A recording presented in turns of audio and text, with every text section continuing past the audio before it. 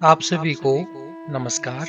आज हम प्रवेश करने जा रहे हैं अष्टावक्र गीता के चौथे प्रकरण में। इस प्रकरण में राजा जनक जो अष्टावक्र ने उनसे तीसरे प्रकरण में प्रश्न पूछे गए थे, उनका सारगर्भित उत्तर देते हैं और मात्र 6 ही सूत्रों में सभी उत्तर अपने दे देते हैं और अपने आत्मज्ञान की पुष्टि करते हैं। कहते हैं राजा जनक, भोग विलास के साथ खेलते हुए आत्मज्ञानी धीर पुरुष की बराबरी संसार को सिर पर ढोने वाले मूढ़ पुरुष के साथ कैसे की जा सकती है। राजा जनक अपने उत्तर की पुष्टि करते हुए अष्टावक्र जी से कह रहे हैं कि ज्ञानी और अज्ञानी इन दोनों ही के द्वारा जो कर्म किया जाता है उनमें बहुत बड़ा अंतर होता है। अज्ञानी जब कोई कार्य करता है तो उसमें बड़ा अहंकार होता है।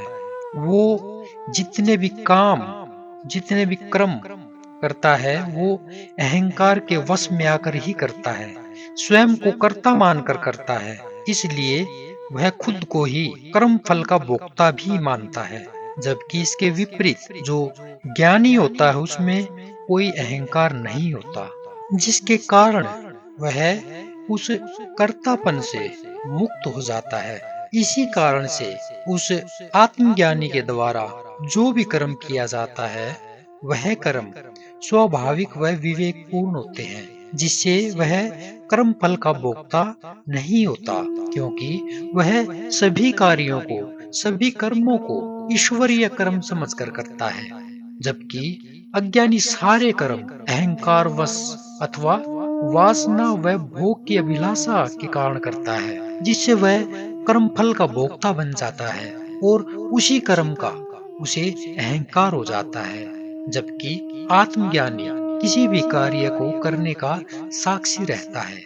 वो कहता है जो कुछ ईश्वर ने दिया है उसे भोगने में कोई पाप नहीं है, बल्कि उसका तिरस्कार करना, उसको अहंकार के कारण त्याग देना, यह पाप है। यह ईश्वर के नियम के विरुद्ध है। इसलिए ज्ञानी सभी कर्मों को स्वाभाविक रूप से करता है। उसकी किसी भी कर्म में कोई फलाकांक्षा नहीं होती।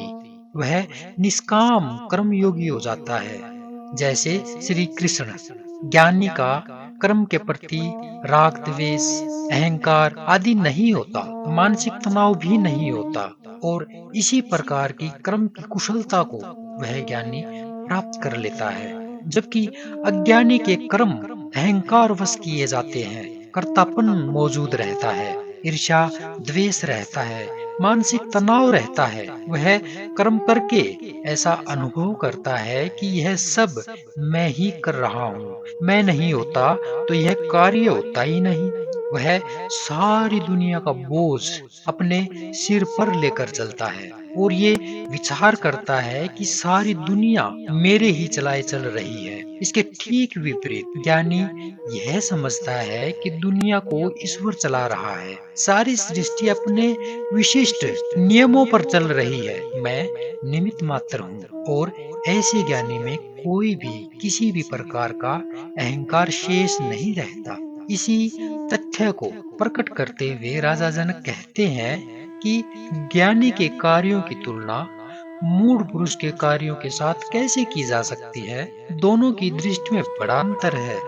मेवाड़ रियासत में एक ज्ञानी संत हुए हैं, चतुर सिंह जी। उन्होंने इसी तथ्य को एक मेवाड़ी भाषा में दोहे के रूप में प्रकट किया है। वो दोहा है, रहट फिरे चरख्यों फिरे पण परवा में फेर यो तो बाढ़ हर्यो करे वो छूतारो ढेर। क्या अर्थ हुआ इसका? इसका अर्थ है रहट भी फिरता है।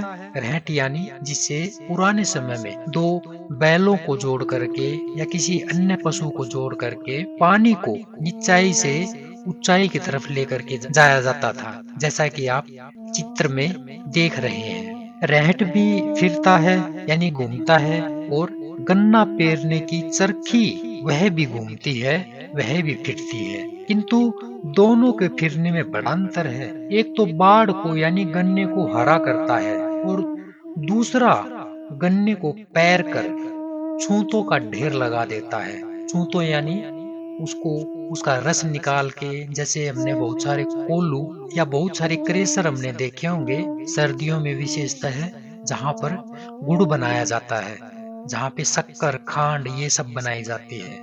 तो वहां पर गन्ने को कैसे पैर कर उस मशीन के अंदर डालकर उसका रस निकाल कर जो अवशिष्ट बचता है उसको कह रहे हैं यहाँ पे कि दूसरा जो है वो गन्ने को पैर कर छूतों का ढेर लगा देता है। छूतो यानी जो गन्ने का अवशिष्ट पदार्थ है वो उसका ढेर लगा देता है। कहने का भाव यहाँ से क्या निकला कि एक जो रहट है वह भी घूमता है, जो गन्ने में पानी डाल करके उसको हरा बनाता है, और दूसरा गन्ने को पैर कर छूतों के ढेर लगा देता है। तो घूमते तो दोनों ही हैं। तो इसी का उदाहरण दे करके यहाँ पे क्या कहा गया है कि ज्ञानी और अज्ञानी के कर्मों में बड़ा अंतर होता है। जो ज्ञानी होता है वह मृत्यु के समय भी हंसता है, और जो मूढ़ है, जो मूर्ख है, वह जिंदा रहते हुए भी रोता है। ज्ञानी के पास कुछ नहीं होता फिर भी वह आनंदित रहता है। अज्ञानी के पास सब कुछ होते हुए भी दुखी, चिंतित और ग्लानि से भरा रहता है। ज्ञानी कर्म को खेल समझता है और अज्ञानी खेल को कर्म समझता है। ज्ञानी संसार को भी नाटक और स्वप्न की बात ही देखता है, जबकि अज्ञानी नाटक व स्वप्न को भी वास्तविकता ही समझता है। ज्ञानी व अज्ञानी के कर्मों में समानता होते हुए भी उनकी दृष्टि में बड़ा अंतर होता है। जनक इसी अनुभूति का वर्णन यहाँ पे कर रहे हैं। अगले सूत्र में कल फिर मिलेंगे, तब तक के लिए नमस्कार।